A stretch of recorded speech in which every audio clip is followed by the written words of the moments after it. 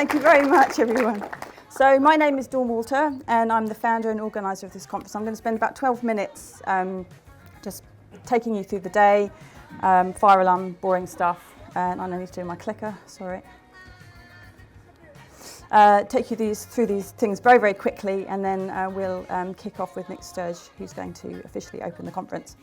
So a very, very warm welcome to you all, especially those of you who've travelled from Europe. It's really amazing, thank you. Someone asked me recently if I was excited about the conference, and I said, oh yes, it's like organising a party with a whole bunch of amazing, incredible people. You bet I'm excited. So I'm going to take you through some important but boring stuff. So there's no fire alarm planned. If the fire alarm does sound, please follow Watershed staff and leave the building without collecting your belongings. Everyone's expected to follow the code of conduct so we can ensure the day is enjoyable for everyone.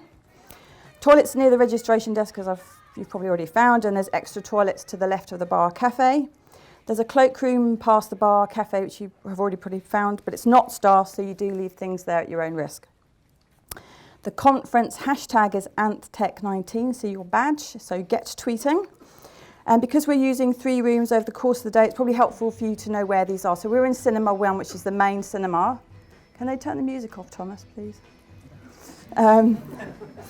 And if you go out of this room and then turn left, and make sure you get my left and right, right down the end of the corridor is Cinema 3, which is the next biggest cinema. If you go into a smaller one, it's the wrong room. And then Waterside 3, which some of you will have already been in this morning. If you don't turn out a right from here and then go right through the cafe bar, it's the W3 big room at the end. And there's a venue map in your delegate pack. So I just wanted to kind of set the context for why I created this conference, and I'll try not to Greta Thunberg on you and stop getting emotional. Firstly, I was concerned about the social impact of algorithmic decision making, and the more I read about it in newspaper articles and books like Weapons of Mass Destruction and Automating Inequality, the more I felt I needed to do something.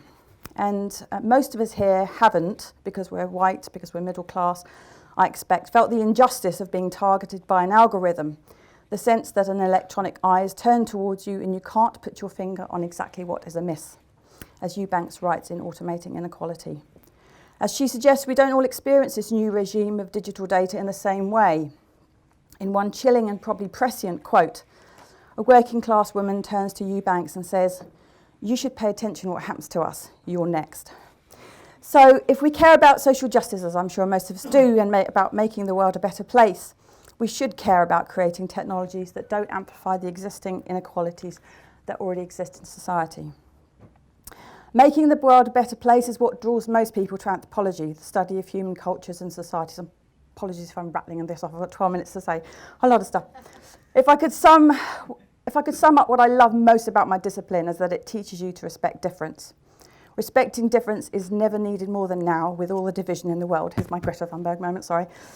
Secondly, as a social anthropologist, I felt strongly that the conversations around this 4th industrial revolution and its social impact should include the scientists who study culture and society, namely anthropologists and sociologists. As a discipline, we have collectively an enormous amount of knowledge about human lives. Let's use it and not let it go to waste, please. Thirdly, I also felt the focus is very much on ethics.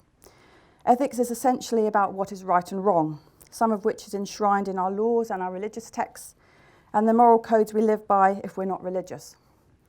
But it's important to recognise that ethics is cultural. And when we talk about ethics, whose ethics are we referring to? Our Western ethics? And ethics change over time as culture does. Culture isn't static.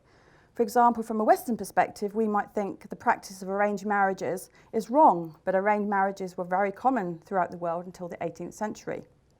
I'll leave you with those thoughts. I'll now take you through how the day is going to run. So the morning keynotes are back-to-back with no questions or 1 or 2 questions. We'll then have a refreshment break, and after that you'll get the chance to ask questions in the 30-minute Q&A sessions with each keynote, which start at 11:05. And these were really important to me because you don't often get a chance to do this. So 30 minutes with each keynote, wow, that's an incredible privilege. So these sessions run concurrently and take place in different rooms as shown on your badge programme. These sessions will be filmed and made available after the conference, so you won't miss out. So if you decide to stay in one room with one particular keynote, that's fine. You can stay and you won't miss out. The films are going to be made available later. Equally, you're free to switch rooms if you want to do that. I'd recommend choosing your preferred PetraKucha stream if you haven't done so already, so you know which room to head to after the Q&A sessions. So these are lightning talks which follow each other in rapid succession.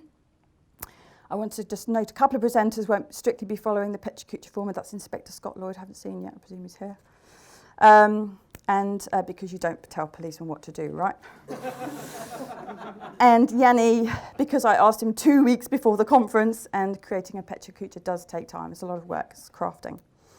After lunch, the format is the same, so the 3 keynotes are back-to-back, and then there's in-depth conversations with each keynote. And then the panel discussion, which starts at 4. So, make sure I haven't forgotten anything. Oh, we need to do the Slido thing. Right, lunch. Yes, lunch, very important. I'm already thinking about lunch. Lunch boxes will be available in the lunch break in the bar cafe for our premium standard and premium student tickets. These lunch boxes are gluten and vegan. So present your badge to our catering staff. They know who's entitled to lunch. No frill tickets holders, you can buy lunch and refreshments in the bar cafe. So we're going to do the panel discussion a bit differently, and hopefully this will work. So hopefully you've all been super organised and downloaded Slido onto your smartphones, haven't you? Yes, fantastic. No. So the panel will be answering your questions that you pose throughout the day using the Slido app. So using Slido, you can pose a question, and your fellow delegates will give it a thumbs up or not. So the most popular and interesting questions will be debated by the panel, as well as some other questions. The panel session is in this room, and everyone will be present. So the top 5 questions will be displayed on the screen in the bar, but you can scroll through all the questions on the app.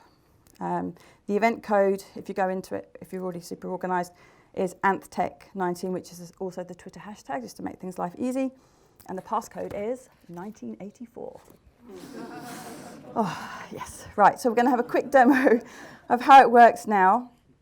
There's Wi-Fi here, so if you want to download it without using your mobile data, you can do that. The Wi-Fi network is all lowercase, watershed_open, and there's no password. So let's have a quick look, see if this all works.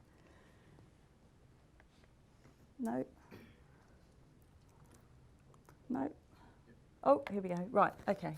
Yes, there you go. So, rate it or not. Is it a good question? So if you are in the app or on the website, you can rate it. 1. Ooh, 1. So that's how it works. More? No more? That was my question, so you have to make it good.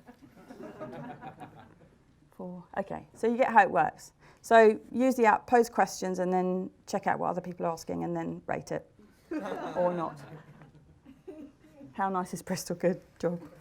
Okay, so how much time have I got there? Right, so I need to get on with it. So, okay. So a couple of nice fun things for you. I'll switch over, otherwise you're going to focus on that. Thank you. So a couple of fun things for you. There's a book stand in the cafe bar. I picked a nice bunch of books that I thought you might like to read, both non-fiction and fiction. So do go check them out and support our lovely local indie bookstore, Storysmith. And do tweet your recommended reads as well, because I love reading, and yeah, any more books is good. Using the hashtag AnthTech19. And also I love this. There are 100 delicious AI recipe generated cupcakes waiting for you in the refreshment break and lunch break. But to receive one, here's what you need to do. So you take a selfie and then use the hashtag AnthTech19. And then go and see Tiny Giant, show them your selfie and the hashtag, and they'll give you an AI cupcake. And then eventually they'll apply a neural network style transfer to your selfie and they'll tweet it back to you. I did that with my cat yesterday, just to test it. It was quite fun. And then just be aware that the cakes are not gluten-free and they're not dairy-free. So, yeah, I can't eat them.